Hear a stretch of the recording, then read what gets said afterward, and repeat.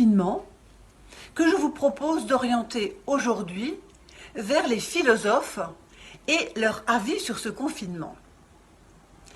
La philosophie est traversée de multiples expériences de confinement qui oscillent entre joie et désespoir.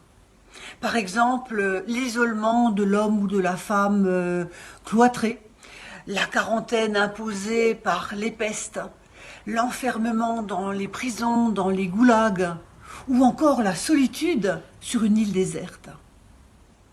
Que disait le philosophe Blaise Pascal ? Il disait « On ne peut demeurer chez soi.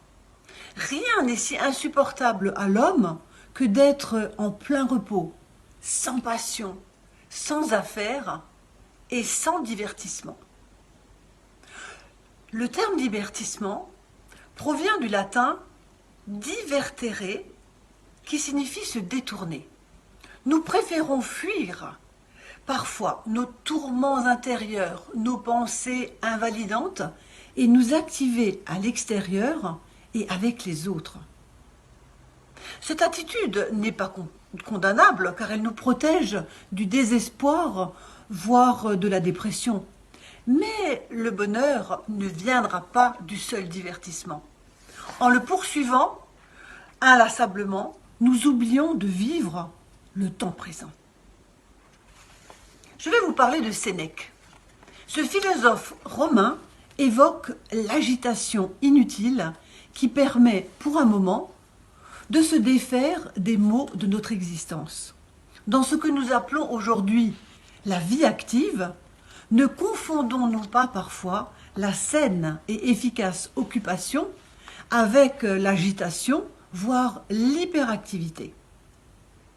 Ce confinement a pu être associé à l'image de la vie monastique. Être retiré de tout, se suffire à soi-même, éprouver de la persévérance dans le rien faire. Seulement voilà, durant ce confinement, nous ne pouvions pas nous laisser aller comme ça totalement à l'oisiveté, à la méditation, car nous n'étions pas libres et dégagés de crainte et d'angoisse. Par exemple, l'avenir, la crise économique, la santé de nos proches. L'isolement tout seul n'est encore pas le même que l'isolement en couple ou en famille. Le confinement est-il une épreuve ou une aventure ? Il m'a semblé intéressant pour cela de vous parler de la quarantaine de Jean-Jacques Rousseau en 1743. Rousseau doit se rendre par bateau à Venise, mais la Félouque est contrainte de rester en quarantaine à Gênes en raison de la peste à Messine. Contrairement à la majorité de l'équipage, Rousseau choisit de quitter le navire pour vivre dans sa quarantaine dans un lazaret. Donc un lazaret, c'est un entrepôt pour des personnes ou des marchandises éventuellement contaminées. Ni fenêtre, ni meubles, seulement un repas servi quotidiennement. Il raconte « On ferme tout sur moi. De grosses portes, on ferme à grosses serrures, et je restais là, maître de me promener à mon aise, trouvant partout la même solitude et le même dénuement. » Voici une expérience de confinement strict et sévère. Serions-nous capables d'en faire autant ? Je vous rassure, Rousseau n'a vécu qu'une quinzaine de jours de sa quarantaine. Il fut ensuite sorti de ce lazaret et invité à Gênes. Réfléchissons. Pour notre couple et notre sexualité, ce confinement assure-t-il une épreuve ou une aventure ? Avons-nous aimé cette proximité quotidienne ou aspirons-nous maintenant, avec soulagement, au déconfinement ? Un peu de théorie.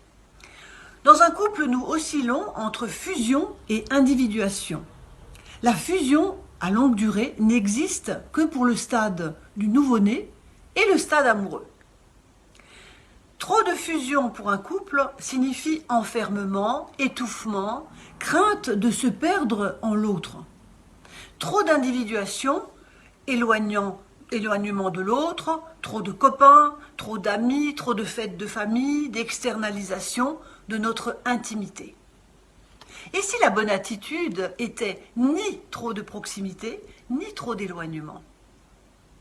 Vous serez bientôt heureux de retrouver vos amis et vos proches, mais aussi très vite déçus et frustrés de retrouver en même temps leurs défauts qui vous paraissent insupportables et insurmontables. Et c'est normal, je vous rassure.